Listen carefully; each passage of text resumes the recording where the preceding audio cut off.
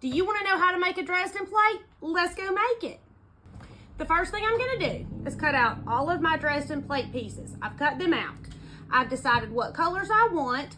I know that I need 16 pieces in the Dresden plate that I'm doing. So I have 16 here. The first thing I'm going to do is take them like this and turn pretty side to pretty side on the long end.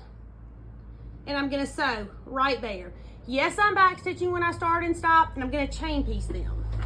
I'm going to sew this with a 1/4 inch seam, and I'm going to get the 1/4 inch seam by following the edge of my fabric with the edge of my presser foot. I'm going to back stitch when I start and when I stop. You can make a Dresden plate that's a bunch of different sizes, so you need to decide what size you want. I'm making mine and putting it on an 18 by 18 inch block because those are the size blocks that I'm making with the dance themed quilt appliques, and I want them to be the same size. But this same size Dresden plate would fit on a block as small as probably 14 inches. And when you look at your Dresden plate ruler, it'll tell you how many pieces you'll need for your Dresden plate and how big your Dresden plate will be. So choose your Dresden plate size and then choose your fabrics. You can make them all the same, but I love all the different colors.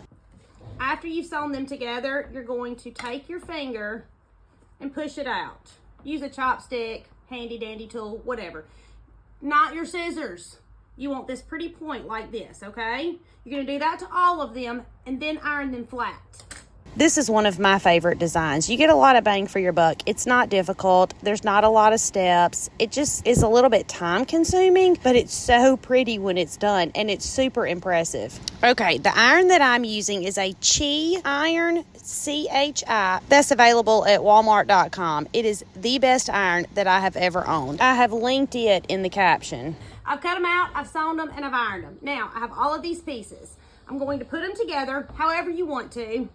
Pretty side to pretty side, and it's very important that you start sewing at the top and you sew down, because if your pieces are like mine, hand cut, and although I try my hardest to get them exactly the same size, sometimes they end up being a tiny bit off, and I'd rather that tiny bit be down here at the bottom because you're not going to see it versus up here at the top. So start at the top and sew down, and you're just going to continue to sew them together until you have 16 in a circle. Now, I'm going to sew mine in 2s, and then I'm going to sew my 2s together into 4s, and then I'm going to sew my 4s together into 8s, and I'm going to have 2 8s, and then I'm going to sew them here, and I'm going to be done. That's how I'm going to sew mine, but I want you to sew yours any way you want to.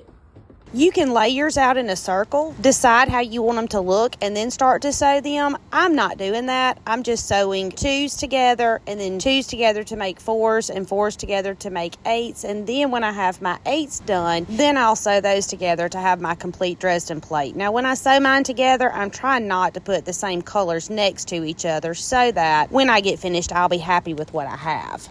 So I've sewn them into 2s. And then the 2s into 4s. Now I'm laying it out to see what I want my Dresden plate to look like. And this is what I want it to look like. So I'm going to sew these together and these together. And then I'm going to iron it again before I sew the 2 8s together.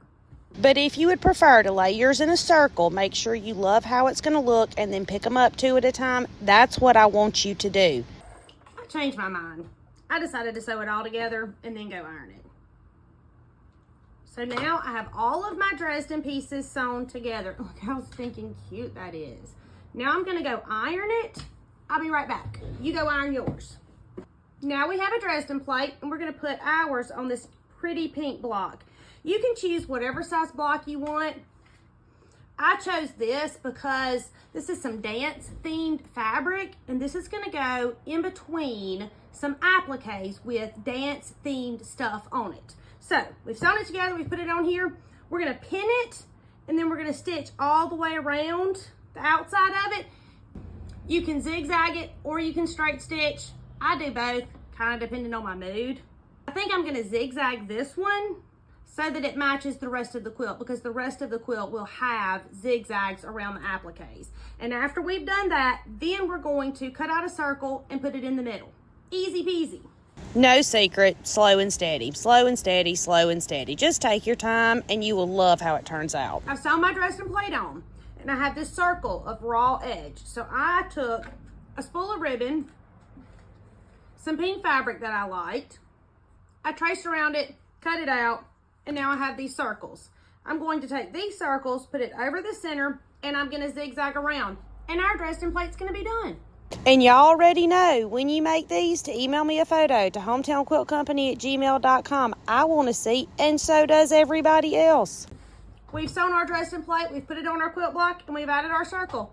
Now I'm going to go start cutting out the dance appliques that go with this. You choose your fabrics, and let's make this quilt. My name is Tammy. I'm your favorite sewing teacher, and I would love for you to come sew with me.